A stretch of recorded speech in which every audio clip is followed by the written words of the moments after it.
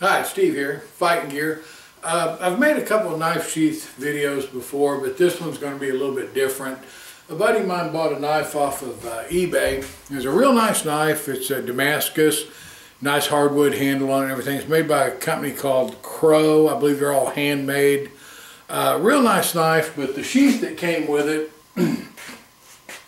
is real soft leather, and it right off the bat just went right through. So it didn't have any kind of a liner in it, no rivet on the end or anything. So he asked me if I could make a sheath for this. Now this is a unusual knife in that it has a curved blade. It's a real long knife. So I'm not going to make the typical rolled sheath that I usually make and that I showed before. I've never seen anybody do this, but I make what I call an envelope sheath. And all you need, it's a real easy sheath. You can hand sew it. You can machine stitch it, you know, whatever you want to do. I machine stitch everything. I have a friend named Alvin Whitehair. I think you can find him on Facebook. He hand makes everything, hand stitches, does real nice, very authentic, old-time craftsman work. I'm an assembler. I'm a guy with a sewing machine. I can't put the time that it takes into doing something completely by hand, like hand stitching or anything like that. Like I say, this one though is a good one if you want to make one yourself. It's a pretty simple sheath to make. I've never seen anything quite like it, but like I say, you know, I'm sure there's other people that have thought of this. But what I'm going to do is I'm going to use this as the part over the belt and the back of the sheath. This will go inside and form a liner, and then of course the other side of it will be the front of the sheath. And then I'm going to put a slot right here and drop the knife in, and it'll actually sit in this little envelope. And now my buddy did not want much. He did not want much sheath behind the handle. I like a lot of sheath back there with a strap up here, but he wanted it where the majority of the handle was completely above the sheath, so that he could grab it real easy. So I'm going to make it that way. So when you see it later and you think it rides kind of high, that's actually by request. Anyway, the first thing you have to do is take your centerpiece and cut an area out of it big enough for the knife. Now you want to leave a square edge on the top, and then the bottom really doesn't matter because it's going to have to be trimmed. This square edge at the top will be the indexing on the inside for your belt loop. And you can, you know, you can set it at, you know, inch and a half, 2 inches, whatever you want. I'll probably set this one about 1 3/4 inches, something like that, for give plenty of room for 1.5 inch belt. This will all stitch together, and then, like I say, the bottom side down here will have a slight formation, you know, kind of shaping it like a knife. Again, like I say, you know, I'm not a super leatherwork craftsman. I mean, it's going to be very functional and decent looking, but it's not going to be anything that, you know, would be in some leather working magazine or anything like that. I'm going to shut this off, get the inside of this cut out. As this goes together, I think it'll make a little more sense to you. But like I say, if you need to make a knife sheath, this is a real good design because the centerpiece of leather will keep your blade from cutting the threads or anything like that. I'll be back on as soon as I get that cut out. Alright, I'm back on. I've made my cut. And what I've done, I've cut out the center liner piece. I've cut a trough out of it big enough to accommodate the knife blade. And the reason that I've done that is so that there will be a liner all the way around that protects and insulates the threads from the blade. I don't want the hole a lot bigger than the knife because I don't want it to flop around a lot. Sorry, I'm moving my hand so much. But I do want enough extra room that, you know, like I say, the edges aren't always rubbing and stropping on the knife. I dropped that down 1 inch. The bottom side I left untrimmed because, like I say, it'll get trimmed up a little bit. And what I'm going to do next, this is going to go in down here inside like this and basically become a sandwich, what I call an envelope. And this will drop down into the point where I have enough belt loop to you know, area here. This will index my belt loop, and then at the same time, like I say, it'll have enough leftover extra here that I'll trim it off with a slight knife shape to it. One of the things to keep in mind when you're doing this is to be sure and allow for the cutout when you're starting to shape your point here, and don't bring your point down across the envelope portion, or else you won't be able to stitch it. So you still have to trim this outside of this hollowed area. So generally when I put it together, before I make my final stitch and sew it into a box, I'll make some kind of a reference mark out here, or take a measurement or something so that I know where that hollow point inside ends. I'm going to go ahead now and kind of set this up. The next thing to do, you always want to do this in steps where you don't mess up, because if I put this together right now, I'd have to cut my slot in here after it's already assembled. So the next thing I'm going to do is take an oblong punch and put a slot in here where I want the knife to go down inside the envelope. And then I'll be back on here in just a few minutes. Real quickly, as you can see now, I have cut my slot in there.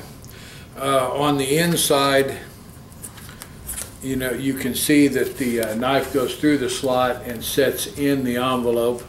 I will now start to assemble this, and as you can see, the top will already have the belt loop. Once I get it all glued together, I will trim the bottom into a rough, you know, kind of a knife shape. Like I say, it's not going to be exact, but and then you know, it'll pretty much be done. Like I say, it's just a very basic utilitarian knife sheath. It's going to be 3 layers thick. That middle layer will stop the blade from ever in any way moving over and cutting the threads.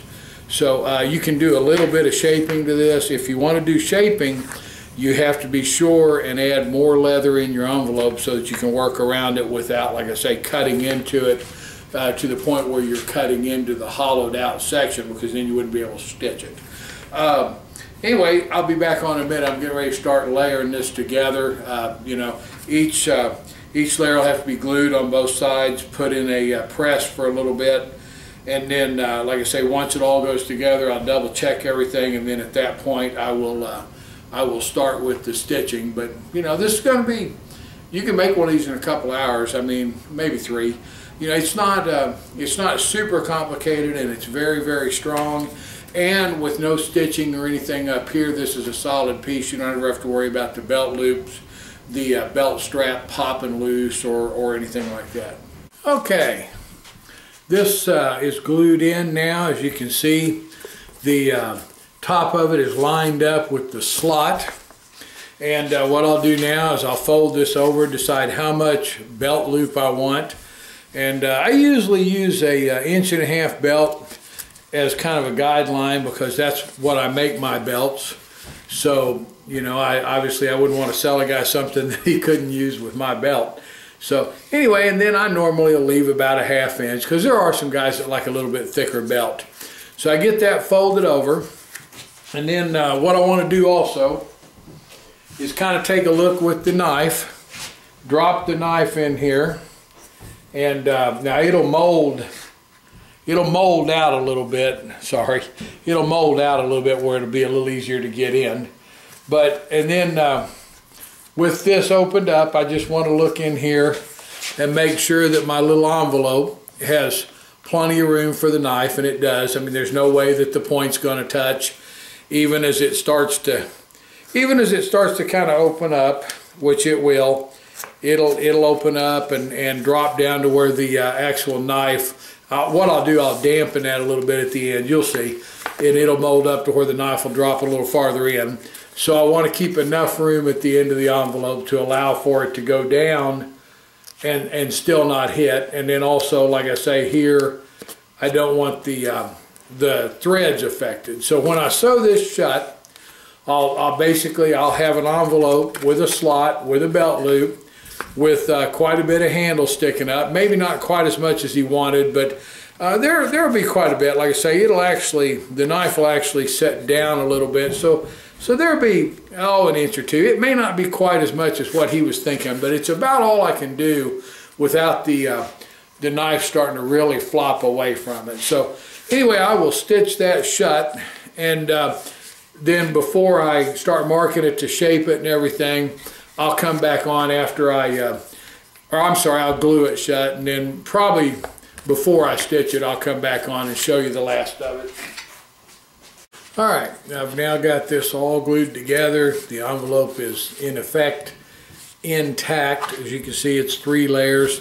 This will all get sanded off, obviously, to where that's burnished nicely and finished. Now, like I say, this is going to be pretty basic. What I've done, I have a lot of little circular objects around here that I use for edges, and I've used this one and traced roughly a machete type end on it. I don't normally try to follow the blades much on complex stuff like that. I do if it's a real basic straight blade, I'll try to follow it, but on something like that, I just try to get pretty much a knife sheathed look. I may take just a little bit off this outer edge to taper that down just a little bit, but like I said, I'm after function here, something solid, not a showcase piece of leather work. So I'm going to go ahead and try to get this all trimmed up nicely so that like I say, it starts to resemble a knife sheath. And then I'm going to put my stitches in, and I'll go above this to stitch the belt loop shut, and then follow it all around here so that none of it delaminates, although this Phoebing cement that I use just really doesn't have much chance of coming apart, but I'll still do that. Anyway, I'll be back on shortly after I get some of this trimmed up a little. One of my least favorite tools in here is my Grizzly spindle sander. Spindle sander. No wonder I don't like it, I can't say it. The reason I don't like the tool, it puts up a lot of dust, but I use it because it's the most effective way to sand leather. Let me grab that sheath and show you what I've done here. Back this up just a little bit. I've started to round off the edge. I did taper this down just a little bit. Not much. You have to be careful with this, like I say, because you don't want to cut it down to the point where you would have to stitch inside the hollowed out envelope part. You want to leave yourself plenty of room so that you don't do that. I mean, the whole idea behind building that section in there is to keep the knife from ever contacting the threads. But as you can see, I've pretty much made it, like I say, very utilitarian, but I'm going to finish that off, finish the edges so that I can mark my stitch lines, and then, like I say, afterwards I'll burnish it with a polisher. But that sander over there works really good for leather and for kydex, and allows me to work on a table keeping the edge very square. And then I'll use a edge beveler just to bevel the edges slightly so they polish a little better. But anyway, I'm going to sand that up. I have to use a mask. Just a little warning for you guys, if you do a lot of leather work, that stuff's really bad for the lungs, really bad for the sinuses. Buy yourself a good mask, not one of those little thin paper things they sell at Harbor Freight. Get you actually a good replaceable cartridge filtered mask, and actually that came from Harbor Freight, but it's not the little pieces of paper. And then that'll really help you a lot. If you do much sanding of leather, you don't want that stuff in your lungs. So anyway, I'll be back on in just a few minutes. All right, I now have my edges sanded smooth, my basic shape. Like I say, nothing extravagant, just very basic knife shape. What I'm going to do now is lay a stitch on here, and I'm going to obviously stitch the edges. I'm also going to stitch the top side right here where the bottom of the belt loop and the top of the spacer are together. Now you have to be real careful and think these things out. You wouldn't want to go under here because then obviously your knife wouldn't be able to go in. I speak from experience because I've messed these up just about every way possible. I have put stitches in places they shouldn't go and forgot to put stitches in places they do. Now this again is where people like my friend Alvin, they separate themselves, because at this point he would punch holes in there by hand and do all of this stitching by hand. It looks very, very nice, but I just don't have the time or the patience for that. He would spend hours doing that. I'll spend maybe 20 minutes laying the lines out on this and then stitching it. But after I get the lines in there where I want them, I'll be back on. Actually, I'll probably just go ahead and run the stitch. There's nothing exciting about the stitching. Let me move this around here and show you. I use a Juki, it's a Pro 2000 Juki machine. There's a lot of different machines that are one form or another of this. It'll sew through leather 3/4 of an inch thick if I want it to, and do a very, very nice job. I mean, anything that you can get under this foot, which you can see is your hand, it'll sew through. But like I say, just you know, that's the difference between someone like me that's a one-man shop in a hurry and someone that's willing to do it by hand. Anyway, I'm going to lay the stitch on here. Once I get the stitch lines in place and get this polished, it'll actually look quite a bit better. Adding the stitching to something like this brings out a little bit of, kind of highlights the shape changes and everything, makes it look a lot less plain and boxy. So it'll actually look quite a bit better once it's stitched. There again, like I say, it's just not going to be a piece of art. I could take the time, if I wanted to like stamp a pattern in here or something, also kind of break up the shape a little bit. But like I say, this is what I'm doing for a friend of mine, and I mean, you know, he's not getting billed for it other than just maybe a few bucks for the leather. So like I say, I just you know, it's just something where I wanted to show you guys how to make a real basic sheath. As you can see, the stitches in it help quite a bit with the get rid of some of the boxy look, make it look a little bit more knife sheathish. You can see up there where I went in above the slot and stitched that down so the belt loop is good and secure, won't flop. Here in a minute I'm going to wet it and insert the knife in there just to get a little bit of a bow in the front of this to make it easier to put the knife in and out so it's not fighting the leather quite as much. But I didn't want to do that until I actually got everything into place and sewed down. And then I'll burnish the edges, which will also add quite a bit to the finished look of it. I drug my scribe across it a while ago and got one kind of not a very attractive looking line right down there, but I think most of it will buff out. So I'm not going to worry too much about it. Every once in a while I do that. You got to watch that when you're marking your leather and be sure you hit the spot you want, or else if the scribe slips a little, it'll put a dent in it. But anyway, like I say, the stitching alone, as you can see, made it look not as big and not as boxy. And then when the knife's in it too, it'll look a lot more proportionate. So anyway, I'm going to go in there and wet it right now, and then, like I say, mold the front leather out just a little bit and burnish the edges, and then we'll be pretty close to done with it. Okay.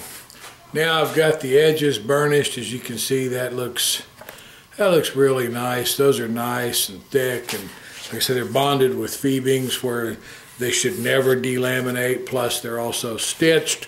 My buddy on his other holster, he did have one thing that he really liked. There was a leather tether with a piece of, I assume that's some kind of like deer antler or something.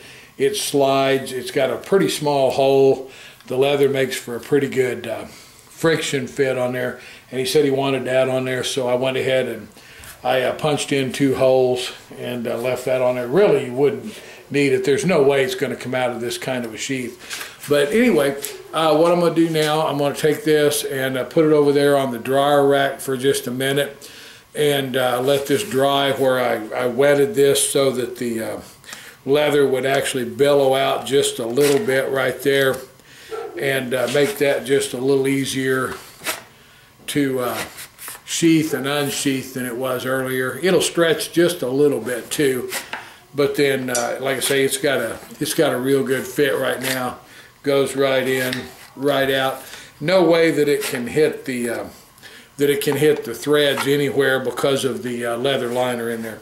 So I'm going to go ahead, like I say, and put this over there without the knife in it, and let it dry for just a little bit, throw a little bit of polish on it, and then I'll be done with it. Then I'll be back on with some final thoughts about it.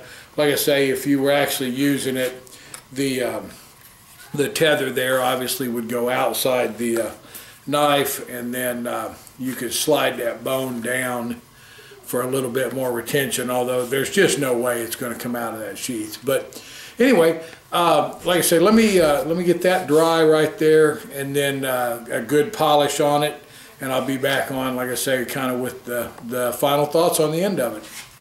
I'm done. I've buffed it up. I don't know if you can see, it's pretty shiny. Really, I don't think it looks too bad. You can see a little bit of the outline of the envelope there. That'll slowly go away. I'll put it back on the dryer. It's still just a little bit damp, but I wanted to go ahead and polish it and get this video started uploading. Like I said, I don't think it come out looking too bad. It's definitely all business. It's not a showpiece. I don't normally do things like this other than just special requests from friends, and like I say, once in a while to do an instructional video or something. I have a friend, like I say, you can find him on Facebook. Let me get this camera adjusted up just a little bit here so you're not looking at my chest. He, on Facebook, his name is Alvin Whitehair. He is out in Arizona, and he makes them all by hand, one at a time. It's like a hobby business to him, so he has the extra time to spend with it. He really loves them. Does a great job. Like I say, everything's hand stitched, hand cut, hand molded, hand formed. And I've looked at some of his prices. They're not too expensive. I don't know how much work he'll book because, like I say, I believe he's got a full-time job too. But I know he's really enjoying the leather work, and I'm sure he'd love to hear from some of you if you want a knife sheath or a handmade holster. Now, like I say, his stuff is it's all handmade one at a time, so it's probably not like a 2-day, 3-day turnaround. I mean, you know, when you do stuff like that, it could be several weeks before you get it. But like I said, give him a shout on Facebook. I'm sure he'd love to hear from you. If nothing else, I'm sure he'd just like to know that, you know, that there's some people that are starting to recognize his work. So anyway, I'm going to get off here. I'll get some gun videos and stuff up just as quick as I can, but right now there's about 5 or 6 inches of global warming out there on the ground, and I don't feel like shoveling or driving through it to get to the range. So, you know, when it clears up, warms up a little bit, I'll get back out there and get some more videos on with some gun reviews. I've got several guns that I've picked up that I'm looking forward to doing some reviews on. I've picked up a Taurus tracker, a Taurus 22 revolver, a 30-06 Winchester, and a 308 LAR, I believe it is, that I'm going to try to get reviews on all of those, plus some other stuff. If you got something that you're real curious about, let me know. I'll try to see if I can run one down and do a review on it too. Thanks a lot. FightInGear.com. Check me out. If you're wanting just a, like I say, a production inside the waistband holster, I make what I consider to be the best one on the market, and it's dirt cheap. I sell them for 40 bucks. I think a lot of the big name ones now are pushing $100 bills. So anyway, I appreciate it. Look me up on Facebook. If you would, click like on the videos. I'd appreciate that too. Thanks a lot. Bye.